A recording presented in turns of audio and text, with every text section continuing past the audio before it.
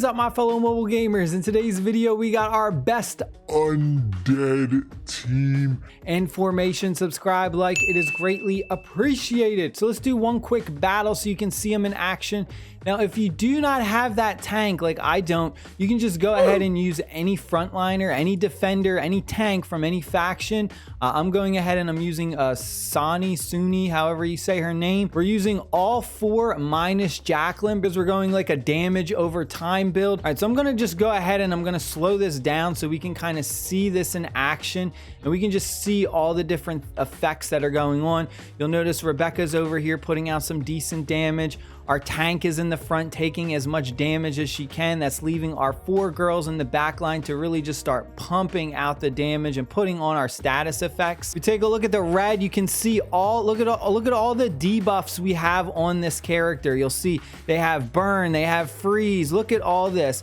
Look at that insane amount of damage that's going on. You see their bar, their HP bar is just going zip, zip, zip, zip, zip. Look over here, you'll see more damage over time status debuffs going on over here. At this character, her ultimate ability is now popping off, putting all this shock damage and extra damage. You'll see now she's being the main target. Look at this. We're getting all these debuffs on her, and it is just absolutely draining her HP.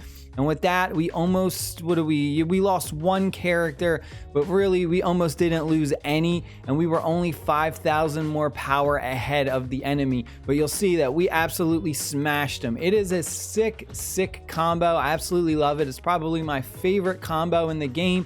All these debuffs, you just keep stacking them, and then you just put out a tremendous amount of damage. Let's go over our 5-man team for the Undead faction. So first up, again, this is a character that I unfortunately do not have. I mentioned this in the other video, but the Undead Petra, this is our tank. You need her 100% in order to have this complete Undead team. This is your #1. You have to put her in the front line. The formation that we are going to be using is going to be the ranged formation, where you have 1 main tank and then you're gonna have 4 backliners. And that's just because the whole idea of this build is damage over time build. And you'll notice that we can do some insane amounts of damage once we go over our ranged damage dealers, but they're actually called debuffers, but they put some insane damage based on their specific skills. So, I mean, this is 100% we need. She has this energy absorption, so she heals up. You do not need the healer. The Undead faction does have a healer. She's pretty strong, but honestly, you don't need her. I would rather say just go with the 1 tank, and then we're gonna go with 4 ranged damage dealers in the back. That's just because Petra has some really good healing.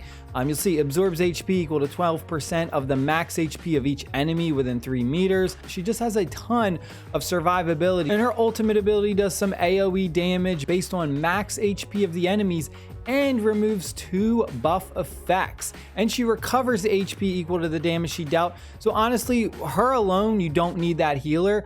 You can if you want. Prime, this is the healer that we would use for our Undead team. So what we're going to do is we're going to take Erusha, this one right here. We are then going to take Violette, Nini, and Rebecca. So these 4 right here, leaving out Jacqueline. Now Jacqueline's the only one that kind of fits in like an odd spot because she's an assassin striker, whereas all of our other characters are kind of like casters with like either CC or mostly like debuffs. She goes and starts wreaking havoc on the enemy's backline, so she's really good for back row hate, which I do like. But I would say she would be definitely better for something like PvP. I would throw her in like my PvP undead build. But if we're just doing like PvE content, then I think the damage over time build is the best. Now, Rebecca has a special passive skill right here where it says deepens the wounds, increases the damage over time on enemies by 35% while Rebecca is on the field. Now you're going to notice that all of our characters have some type of damage over time skill, whether it's burn, whether it's the spark, whether it's bleed, whatever it may be, even poison. So for instance, right here, we have her main does a bunch of damage, deals poison to them, and the target's healing received is decreased by 50% while poisoned. So you're reducing the healing for your enemies. So this is so strong. Then we have Toxic Slap, again, poisons them, attack to all enemies, very amazing. And then we just have this ability right here, increase the speed of the farthest ally by 20% and the attack by 20% for 10 seconds. Now you can pair this up with Jacqueline and it's really devastating, like Rebecca with Jacqueline, because Jacqueline is going to be the furthest character away from the team, most likely, because she kind of instantly goes to the back row and starts attacking the enemy's back line. So for that instance, you pretty much always get this to pop off on her, increasing her speed and attack. So that way she just puts out even more damage on the enemy's backline. That's another way that you can go. Like very powerful. Teaming up Rebecca with Jacqueline is also another must. If you want to go that build as well, you would just kind of go with our tank, and then we would go Rebecca as 2, Jacqueline as 3, and then we would go Violet as 4, and then you could either go Nini or Erusha, either one of those as your 5.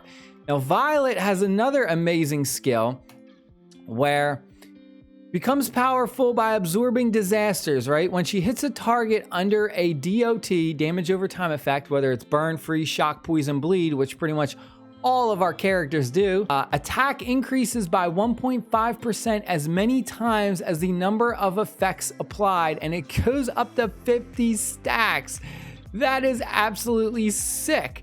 That is just her passive ability, okay? Deals damage, 140% of attack to the nearest enemy, deals additional 140% damage as many times as the number of damage over time effects casted on the target. Burn, freeze, shock, poison, bleed, restores her HP, and removes debuffs. It's so sick. That fact that you pair her up, Violet with Rebecca, we're paired up with her over here, who specializes in doing burn damage. You'll see she deals burn or freezing. You'll see she also has the ability to decrease their magic resistance, which helps out our damage over time effects. And she also has silence skills too. So you'll see throws a Sealing Charm, hits the nearest enemy, silences them for 8 seconds. That's a long silence. And then the ultimate ability does the same thing. Throws a dagger, does a bunch of damage, and it silences the target for 10 seconds. So you're getting 8-second silence, 10-second silence. You're also getting the burning or freezing effect.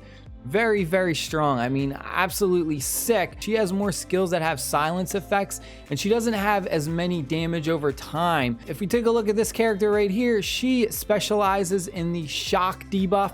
So she goes ahead, does a bunch of damage, shocks the enemy for a percentage of damage for an amount of time, and that's pretty much almost all of her skills.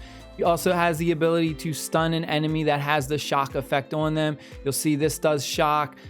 This one will restore mana, and then her ultimate ability also puts shock damage as well. Hope you guys and girls enjoyed the video. Stay happy, stay safe. We'll see you all later. Peace.